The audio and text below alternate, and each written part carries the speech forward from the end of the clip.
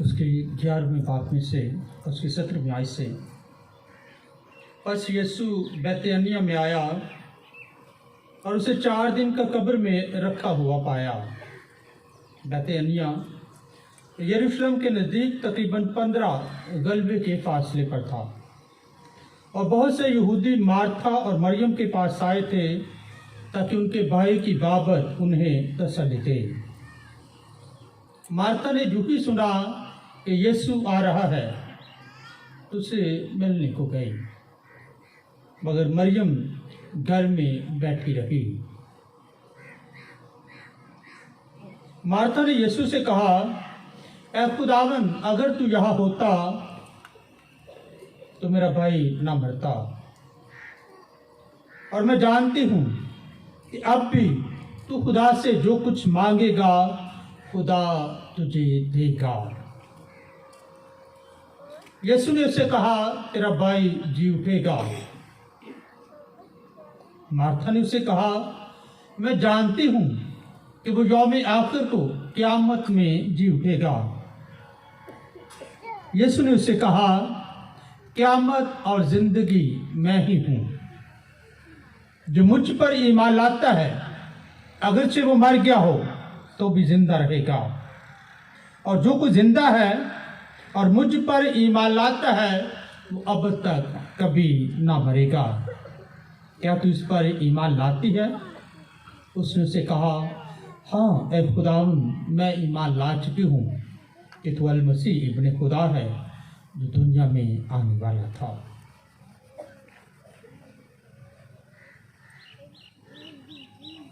इंजील मुकद्दस के वसीले से हमारे गुनाह माफ किए जाएं।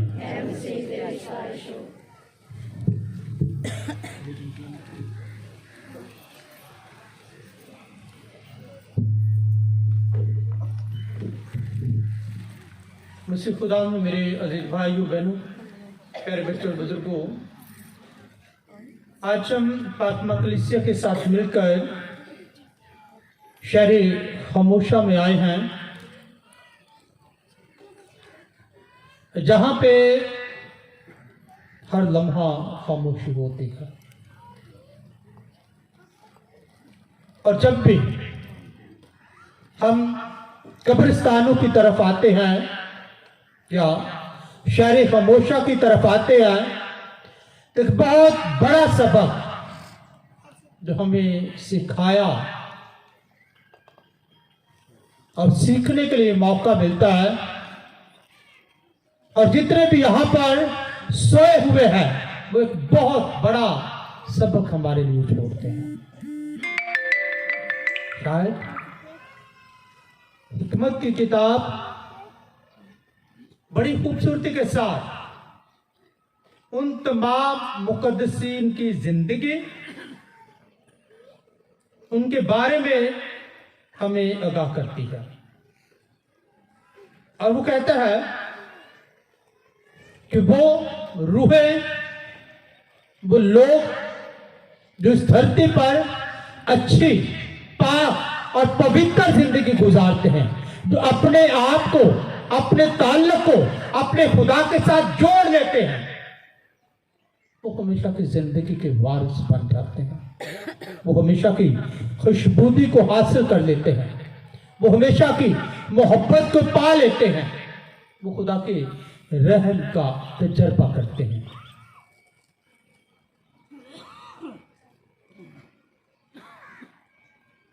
क्योंकि उनकी जिंदगी, रास्तकारों की जो जिंदगी है वो हमेशा हमें बावर करवाती है, वो हमें अपनी तरफ मायल करते हैं। जितने भी मुकद्दसीन, क्योंकि कल हमने मुकद्दसीन की ईद मनाई है, ये वो लोग हैं जिन्होंने अपने जामे बरे के लहू से धुले हुए, इन्होंने इस धरती पर रहते हुए खुदा के रहमत का, खुदा की मोहब्बत का, खुदा के प्यार का और खुदा के फजल का तजर्बा किया, और अपने आप को पाकीज़गी के साथ, क्योंकि ये महीना जो है इसमें महीने के आगाज में ही हमने एक बहुत बड़ी ईद मनाते हैं जो तमाम मुक़द्दसीन की ईद है। और उसी ईद पर जो है वो हमें सामने रखते हैं अपने उन पेशवाओं को, अपने उन मॉडल को, उन हीरो को जो हमारी जिंदगी में एक गहरा असर, गहरा फजल, गहरी मोहब्बत और गहरे प्यार का इजहार करते हैं। और वो हमें सिखाते हैं कि वो भी एक दौर में इस दुनिया में जिंदगी गुजारते रहे हैं, वो भी एक दौर में इसी धरती पर खुदा के रहम का, खुदा के फजल का और खुदा की मोहब्बत का तजर्बा करते रहे। और अब उन्होंने अपनी जिंदगी खुदा के हाथों में सौंप दी है। आज की जो पहली तलावत है वो हिकमत की किताब उसके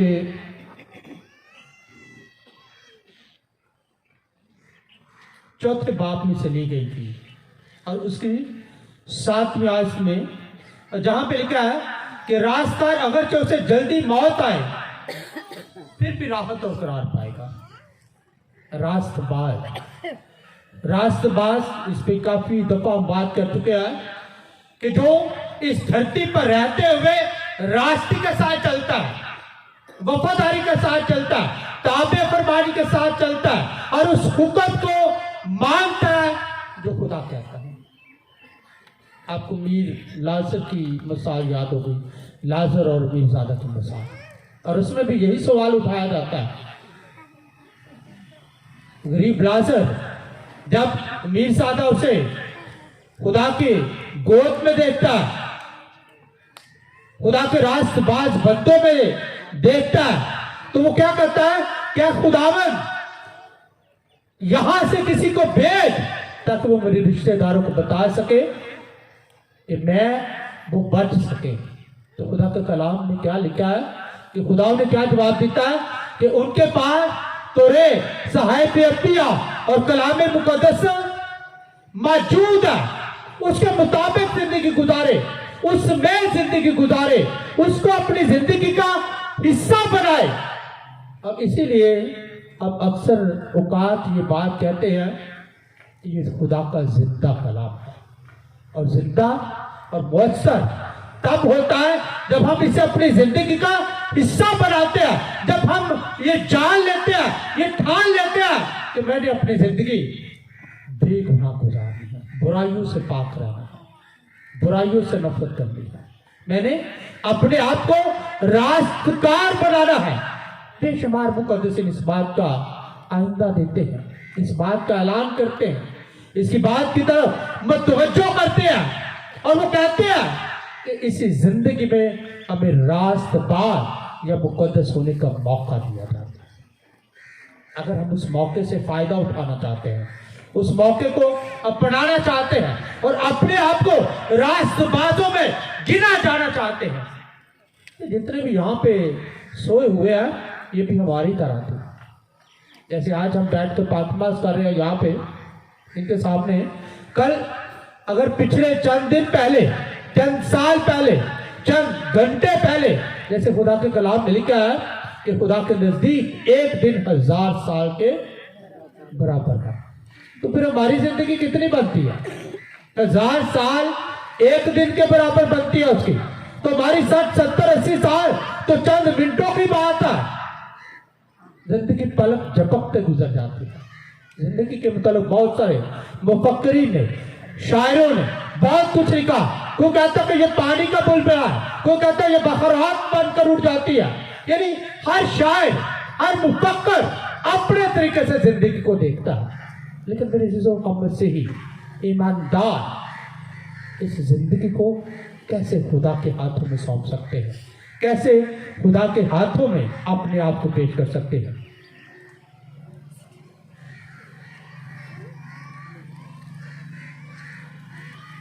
और यहां पे लिखा है, हिकमत की किताब कहती है कि हिकमत का अंदाजा किसी के बड़े होने से नहीं लगाया जाता। ये बहुत बड़ा हो गया तो खुदा की हिकमत इसमें आ गई है, ये ज्यादा रास्तबाज हो गया। खुदा मौका जरूर देता है रास्तबाजी का, खुदा बदलने का मौका जरूर देता है, खुदा तब्दील होने का मौका जरूर देता है। खुदा हमें सिखाना चाहता, बताना चाहता कि हम अपनी जिंदगी को कैसे बदल सकते हैं। ये शहरी खमोशा के मुकद्दसी, ये शहरी खमोशा में रहने वाले मोमिनी, ये शहरी खमोशा में रहने वाले ईमानदार आज हमें एक बात बावर करवाना चाहते हैं कि वो हमारा हिस्सा है, हमारा हिस्सा थे और रहेंगे। इंसान खाक से निकला है। मुफक्रीन कहते हैं, शायर कहता है कि बुद्ध मिट्टी का एक दिन डाना रूह के बिचों वो दिखाएगा, यानी जैसे वो कहते ना बखरात बनकर रूह चला जाता है।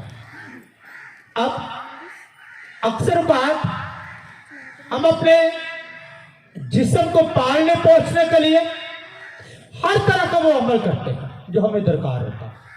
अच्छी से अच्छी ग़िज़ा खाते हैं, ऐसा ही है ना, जितने हम अमीर है उतने अच्छी ग़िज़ा खा लेंगे, जितनी हमारे पास ताकत है उसी तरह की चीज़ें बच्चों को खिलाएंगे, आने वाली लाइफ को खिलाएंगे। ये जिस्मानी खुराक के लिए तो हम लगातार मेहनत करते हैं अपने जिस्म को पालने पोषने के लिए, उसे संभालने के लिए हर एक चीज, हर अमल अपने लिए करते नजर आते हैं जो जिस्म के लिए दरकार है। लेकिन रूहानी तौर पर, रूह के लिए हम क्या करते हैं, रूहानी तौर पर हम कितना बेदार हैं। मैं एक दिन पिछले दिनों यही मिसाल दे रहा था कि अगर एक कैसेट 5 या 7 गज का है, उसमें छोटा सा स्पॉट आ जाए, छोटा सा ब्लैक निशान आ जाए, तो हम सारे कहते हैं कि ये निशान लगा हुआ है। हमारी रूह उस पे क्या दबे तो नहीं है? क्या हम खुदा से दूर तो नहीं जा सके? क्या हम खुदा को छोड़ तो नहीं सके? अपने कामों की वजह से, अपने किरदार की वजह से, अपनी सोच की वजह से, अपने इरादों की वजह से। और खुदा बार बार हमें ये मौका देता है कि हम बेअद जिंदगी जो है वो खुदा के हाथों में पेश करें।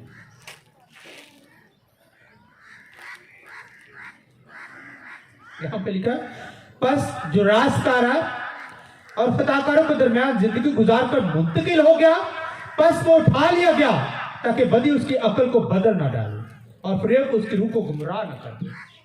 इस माशरे में रहते हुए खुदा कहता है कि अगर कोई रास्तबाज और कोई रास्तकार जल्दी भी उसे मौत आ जाती है, जल्दी भी यहां से रखरत कर जाता है, जल्दी भी यहां से चला जाता है, तो खुदा ये चाहता है कि कहीं वो फरेब के फंदे में ना पड़े जाए, कहीं वो गुमराही में ना चला जाए, कहीं वो बदियों की तरह मायल ना हो जाए, बल्कि वो अपने रास्तबाज बंदों को अक्सर बुला लेता है। कई बार हम दुआ करते हैं या खुदा हम उन लोगों में से बेहतर तो नहीं जिन्हें तूने अपने पास बुला लिया। यानी अगर वो रास्तकार है और वो खुदा के चलने वाला और वो खुदा के साथ वफादार है, तो बहुत सारे मुकद्दसीन ऐसे भी थे जो शायद 14 साल की उम्र में वफात पाए। मुकद्दस अग्नेस सिर्फ 14 साल की बच्ची है, लेकिन अपनी सारी जिंदगी में वो ये कहती है, मुकद्दस अग्नेस कहती है कि मैंने अपनी जिंदगी अपने खुदा के लिए वक़्फ़ कर दी है। वो चाहे तो मुझे आज उठा ले, चाहे तो मेरा सर कलम हो, लेकिन मैं उसे नहीं छोड़ूंगी, मैं उसके साथ वफादार रहूं। और बहुत सारे दूसरे मुकद्दसीन भी ऐसे हैं। अभी पिछले चंद साल पहले ही एक मुकद्दस बना, बिल्कुल छोटी सी उम्र का।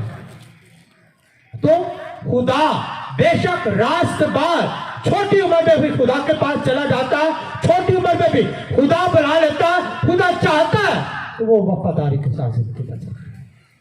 खुदा चाहता है कि वो अपनी जिंदगी से खुदा के जलाल को ज़ाहिर करे, खुदा की मोहब्बत को उजागर करे, खुदा के रहमत को उजागर करे।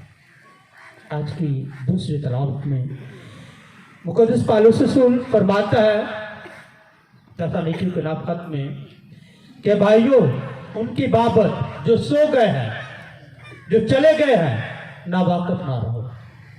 तसल्ली, उम्मीद देता है वो हमें एक खास उम्मीद का पैगाम देना चाहता है कि भाइयों, इसी जिंदगी में खुदा आपको मौका फराहम कर रहा है। खुदा आपके साथ है, वो आपको बरकत देना चाहता है, वो आप पर रहम करना चाहता है, ताकि आप उनकी बाबत जो सो गए हैं, जो इस दुनिया से चले गए हैं, ना वाकिफ ना रहे। जैसे उन्होंने अपनी जिंदगी खुदा के हाथों में सौंप दी थी, खुदा के हाथों में सौंप दी थी, और अपनी सारी हयाती में खुदा के वफादार रहे, खुदा से प्यार करते रहे, बरादराना उल्फत से। क्योंकि अक्सर बात जब हमारे अपने अजीज व कारब इस दुनिया से रखलत करते हैं, तो इंसान होते हुए हम गम से नडाल हो जाते हैं। जुदाई एक लम्हा ऐसा है कि जो इंसानों के दरमियान में जब भी जुदाई आए, उसकी आंखें नम हो जाती, परेशानी की हालत में चला जाता है, डर जाता, खौफ खा जाता, तन्हाई का डर, किसी के छोड़ जाने का डर। तो यहां पे भी मुकद्दस पौलुस को कहता है कि तुम गम ना करो, परेशान ना हो, वो खुदा के साथ थे, खुदा के साथ रहेंगे, और हमेशा तक वो उसके साथ, उसका ताल्लुक गहरा रहेगा, उससे जुदा नहीं है। ना वाकिफ ना रहो, गम ना करो, परेशान ना हो, क्योंकि हमारी जिंदगी खुदा की जिंदगी है। हमारी जिंदगी जो है, अगर देखा जाए तो इंसान जब इस दुनिया से रखलत करता है, तो कहते हैं मिट्टी मिट्टी से मिल जाती तो रूह उठते चला जाता। खुदा के कलाम में लिखा कि इंसान को खुदा ने मिट्टी से खलक किया, और जब काहिन हो, मुनाद हो, जब वो जनाजा पढ़ा तो कहता है कि तू खाक से लिया गया और खाक में चला जाएगा। फिर एंड पे जब कब्र बंद करी जाती है तो यही कहा जाता है, इंसान तू खाक और खाक में लौटेगा, उसी खाक में लौट जाएगा। हमारा जिस्म जो है उसी खाक से लिया गया, लेकिन रूह खुदा के पास से आए। तो उसकी जुस्तजू करना, उसे संभालना, उसे पालना पोसना, रूह की हिफाजत करना, रूह को खुदा की कुर्बत में लाना, रूह को खुदा के साथ जोड़ना, और उसके लिए सबसे बड़ा अमल क्या है? पाक-मास की कुर्बानी, दुआ में शामिल होना, रोज़ की इबादत करना।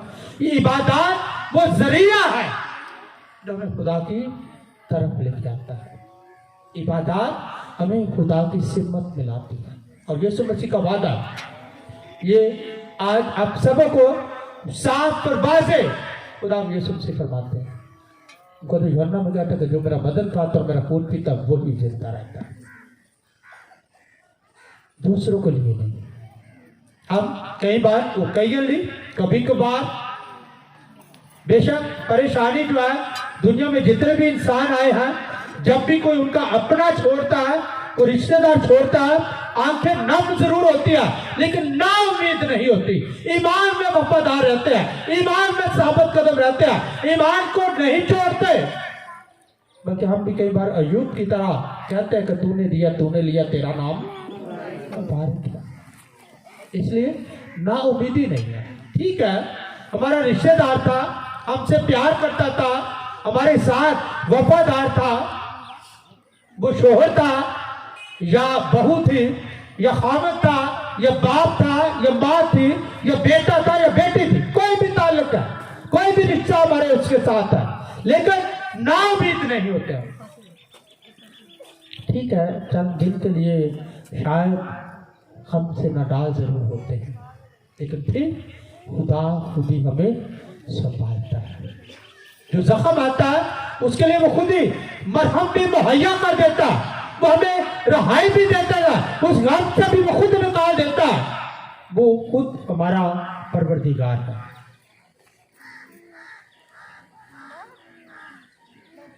और फिर कहता है मुकद्दस पौलुस कहता है कि हम जो जिंदा है खुदा के आने तक बाकी रहेंगे, और उनसे जो सो गए हैं आगे ना बढ़ेंगे। प्रकाशिका की किताब में लिखा है कि ये जो सफेद जामे वाले हैं, इन्होंने अपने लहू बड़े के लहू से धुले हुए हैं, इन्होंने अपने जामे बड़े के लहू से साफ किया। और यहां तक लिखा हुआ तो जो मरहूमीन है वो पुकारते हैं क्या खुदा दुनिया वाले से हमारा हिसाब ले। अगर वो जिंदा है तो जिंदों के लिए प्रार्थना कहते हुए से हमेशा कहते हैं कि उनके लिए पाक मास के अकदस कुर्बान हो जाए। अगर वो मर गए, अगर वो खत्म हो गए तो फिर तो ताल्लुक खत्म हो गया, फिर तो रिश्ता खत्म हो गया, फिर तो जिंदगी खत्म हो गई।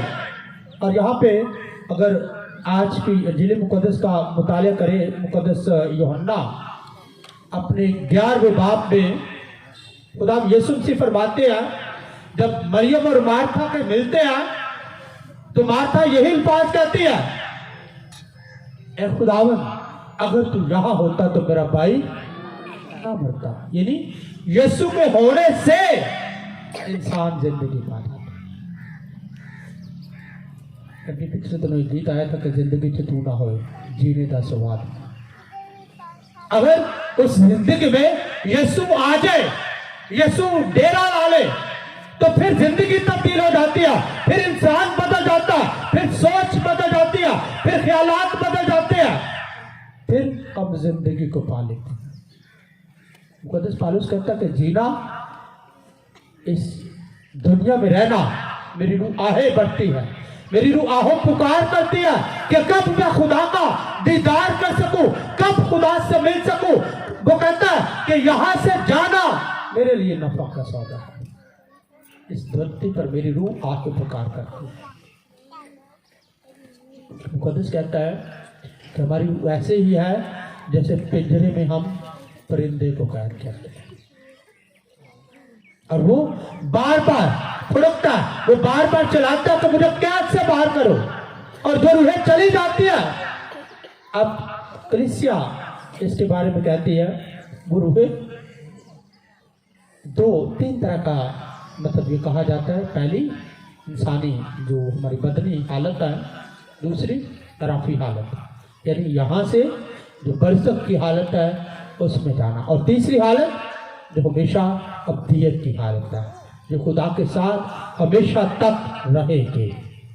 अब यीशु मसीह जब बैतनिय्याह में आता है तो मरियम और मार्था, ये खुदा यीशु मसीह का ऐसा खानदान है कि यीशु जब भी बैतनिय्याह से गुजरता है यहाँ पे स्टे करता है, रुकता है। और ऐसा खानदान जो यीशु से वालहाना प्यार करता है, हाथ से ज्यादा प्यार करता है, उसका कोई शुमार नहीं है। और इसीलिए यीशु जब उधर आता है तो वो कहते हैं जिसे तू प्यार करता था, जिसे तू प्यार करता है। पहले जब यीशु दूर आया तो वहां पे उसे कहा गया कि ऐ खुदावन जिसे तू प्यार करता है वो बीमार है। अब फिर जब यीशु यहाँ पे आता है तो वहां पे भी वो भी जुमले हैं। अब जब खुदा यीशु में से वहां पे ये जुमला बड़ा मजबूत ईमान परवर अल्फाज है कि यीशु कहता है, जब मार्था ये बात मान लेती है कि खुदा मैं जानती हूं कि वो यौम क़यामत को नहीं उठेगा, तो यीशु क्या कहता है?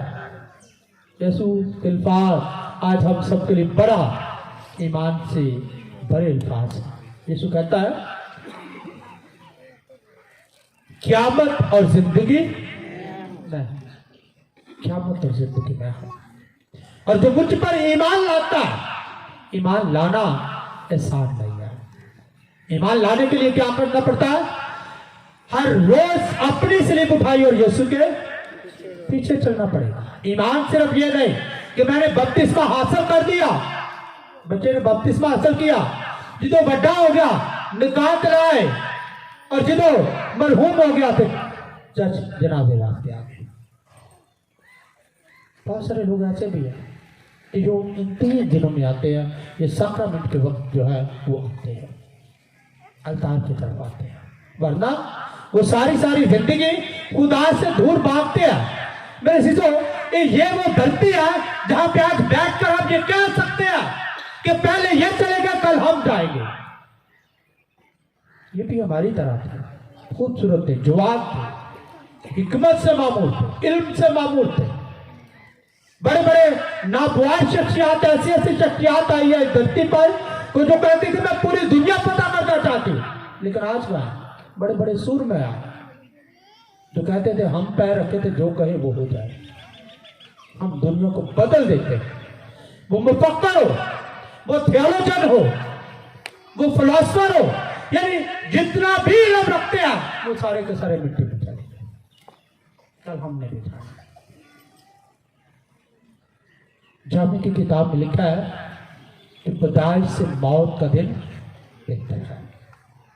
पैदाइश से मौत का दिन बेहतर है। पैदाइश के दिन तो हम खुशी मनाते हैं, ऐसे ही है ना। जब बच्चा पैदा होता है तो हर तरफ खुशी का सभा होता है, ढोल बजाए जाते हैं, मिठाइयां तकसीम होती है, सब कुछ होता है। लेकिन जब जुदाई का गम आता है तो मातम करते हैं। कलाम के मुताबिक जब रास्तबाज खुदा की तरफ आता है तो आसमान पर शादियां होती है, आसमान पर शादियाने बजाए जाते हैं। जब हम बच्चे की पैदाइश पर इस धरती पर शादमानी करते हैं, उसी तरह आसमान पर शादमानी की जाती है कि ये बर्रा, ये बच्चा या मर्द या औरत जो भी आज खुदा के पास आया, इसने अपना जामा सफेद रखा है। आप वो गीत में गाते हैं, ये तेरे लिबास में ये तलीका ला दिया, सारी दुनिया दी खाशा एतबार मुका दिया, तेरे सफेद लिबास में ये तलीका।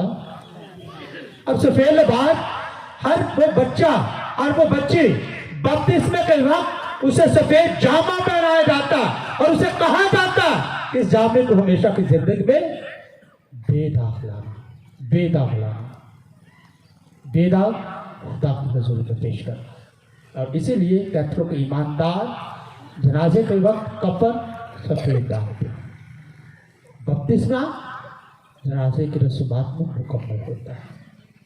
और इसलिए मेरे अज़ीज़ों, आज हम अपनी जिंदगी पर यह जरूर ध्यान ज्ञान करें कि खुदा यीशु से जो फरमा रहा है कि क़यामत पर जिंदगी मैं हूं, जो मुझ पर ईमान लाता है। ईमान की बात कर रहा है कि ईमान लाने वाले निजात पा जाते हैं, ईमान लाने वाले जिंदगी पा जाते हैं, ईमान लाने वाले शिफा पा जाते हैं, ईमान लाने वाले हमेशा की जिंदगी के वारिस बन जाते हैं। अब हमारा ईमान कितना है? शायद कई बार छोटी छोटी बातों में हम ईमान में डगमगा जाते हैं, ईमान में डामाडोल हो जाते हैं, गुमराहट का शिकार हो जाते हैं। ईमान यहाँ तक कहा जाता है कि जिंदगी जावे ईमान न जावे, जिंदगी खत्म हो जाए लेकिन ईमान में वफादारियां। और अगर हम ताहयात के लिए वफादार है तो कलाम में वादा है, यीशु कहता कि जान देने तक वफादार है तो मैं तुझे जिंदगी का उस ताज को हासिल करना इंसान है। मुसीबतें आएंगी, मुश्किलात आएंगी,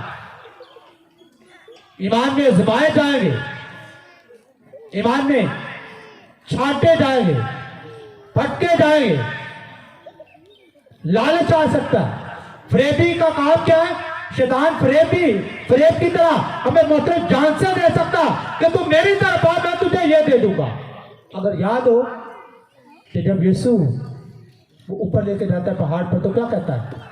ये सारी सल्तनत मेरी है और जिसे चाहता मैं दे देता हूँ, बस तू मेरी सजदा कर ले, तू बस मेरी तरफ आ जा, बस मेरी तरफ आ जा, मिन्नो मान ला, मेरी सुन ला, मेरे कलाम पे अमल कर ला, मेरी गला पे ईमान ले आ तो सारा कुछ तेरा हो जाएगा। यीशु भी यहाँ कहता है क्या मैं तो जिंदगी मैं हूँ, क्या भी वही करता है, जिंदगी भी वही है, उसके बगैर जिंदगी नहीं। यीशु मसीह मुक़द्दस मत्ती अपने कलाम मुक़द्दस में मुक़द्दस मत्ती लिखता है और यीशु के बारे में कहता है कि क्या फायदा कि इंसान को सारी दुनिया की दौलत हासिल करे और अपनी जान का नुकसान उठाए। सारी दुनिया की दौलत भी साढ़े खुल हो, धन दौलत की कमी ना हो, फिर अपनी जान का नुकसान उठाइए। मेरे यीशु, आज हम यीशु के इन अल्फाज पर अपने आप को पेश करें। यीशु कहता है और यीशु मसीह के अल्फाज ये है, जब वो मुर्दों में से जिंदा होता है तो कहता है कि आसमान और जमीन टल सकता है लेकिन मेरे मुंह की बातें हरगिज़ न टले। अगर हम हमेशा की जिंदगी में जाना चाहते हैं और हम हमेशा की जिंदगी को अपना हिस्सा बनाना चाहते हैं, वो बाप कहे, यीशु हमें कहे, बाप के मुबारक लोगों, ये बनाए आलम से तुम्हारे लिए तैयार की गई से अपनी मरास मिलो। उसके लिए रास्तबाजी को अपनाना पड़ेगा, गुनाहों को छोड़ना पड़ेगा, बुराइयों को छोड़ना पड़ेगा, लालच को छोड़ना पड़ेगा, नफरत को छोड़ना पड़ेगा, तफरकेबाजी को छोड़ना पड़ेगा, झूठ फरेब को छोड़ना पड़ेगा, और बाकी सारी बुराइयों को जैसे जैसे आप अपनी जिंदगी से दूर करते जाएंगे वैसे वैसे तो उसकी कुर्बत में चलेगी। वरना मेरे शिशु ये डेफिनेटली है कि एक दिन हम भी इनकी तरह खामोश होंगे। जैसे ये खामोश है, शहर खामोशा में हम इधर से गुजरते जरूर आए, कभी हमने इनको शोर डालते नहीं देखा। खामोशी के साथ अपनी जिंदगी गुजार कर खुदा के हाथ में, खुदा इनके जरिए से हमें सिखाना चाहता है कि हम अपने आप को बदलें। उसमें कोई तमीज नहीं, कोई फर्क नहीं कि ये बड़ा है, ये छोटा है, ये बूढ़ा है, ये जवान है। एक दिन सबने जाना, जितने भी धरती पर आए हैं सबने एक दिन उसके पास वापस लौटना है। लेकिन उस लौटने के अमल में हम अपनी जिंदगी को कैसे गुजारते हैं, कैसे उसके साथ वाबस्ता कर लेते हैं, कैसे उसके साथ अपने ताल्लुक, अपने रिश्ते को जोड़ देते हैं, कैसे उसमें ईमान में वफादार है। और जो ईमान में साबित कदम है, जो ईमान को संभाले रखता है, जो ईमान को पाले रखता है, जो ईमान की परवरिश करता है, उसे बढ़ाता है, दूसरों को सिखाता है। खुदा के कलाम में लिखा है कि वो आसमान पर सितारों के बारे में चमकेंगे। इसलिए मेरे से आए आज हम अपनी जिंदगी पर गौर करें कि जो खुदा ने आज हमें मौका दिया है, जो खुद मुकद्दस यूहन्ना उसके 6 बाब में कहता है कि जिंदगी की रोटी मैं हूं। तुम्हारे बाप दादा ने बियाबान में मन खाया और मर गए, मैं वो जिंदा रोटी जो आसमान से उतरेगा, और जो इस रोटी में से खाएगा हमेशा तक जिंदा रहेगा। 60-70 साल की जिंदगी की गल नहीं हो रही, 50 साल की जिंदगी की गल नहीं हो रही, 25 साल की जिंदगी की गल नहीं हो रही, हमेशा की जिंदगी पा लेगा। अगर असी इस गल से ईमान रखने आ, यीशु के नाम वफादार हो जाने, उस पाक बदन ते खून का हिस्सा बन जाने आ, तो मेरे जीजो यीशु का वादा है कि आसमान ते जमीन टल सकता लेकिन मेरे मुंह की बातें और किस नहीं टलेगी। और जब जब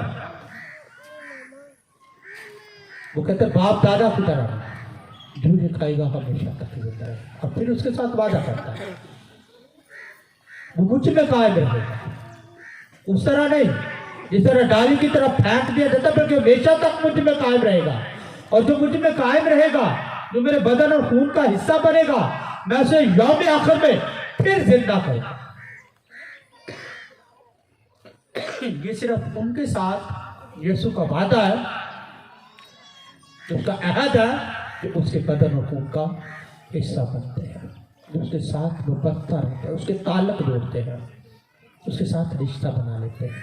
जैसे मेरे जीसु हमारा अपना ताल्लुक हमारे माँ बाप के साथ है, शादियाँ भी हो जाए, अगो बच्चे भी हो जाए, बच्चों की भी शादियाँ हो जाए, उन्होंने भी बच्चे हो जाए, माँ प्यो तो ताल्लुक खत्म होता, कभी भी मौका मिले पार्टी के माँ प्यो हो जाएगा। इसी तरह अगर हमारा रिश्ता, हमारा ताल्लुक अपने खुदा के साथ गहरा होगा तो हम कहीं पर भी, किसी हालत में भी हम उसकी तरफ भागेंगे। आइए खुदा से दुआ करें तो खुदा हमें हिकमत से मामूर करे और उस नई जिंदगी के लिए जो हमेशा की ज़िंदगी है उसके लिए हमें तैयार करें, ताकि हम सच्चे ईमान के साथ, वफादारी के साथ, उम्मीद और ईमान में बढ़ते हुए खुदा के नाम को जलाल देने वाले बने। उसे खुदा के वसीले से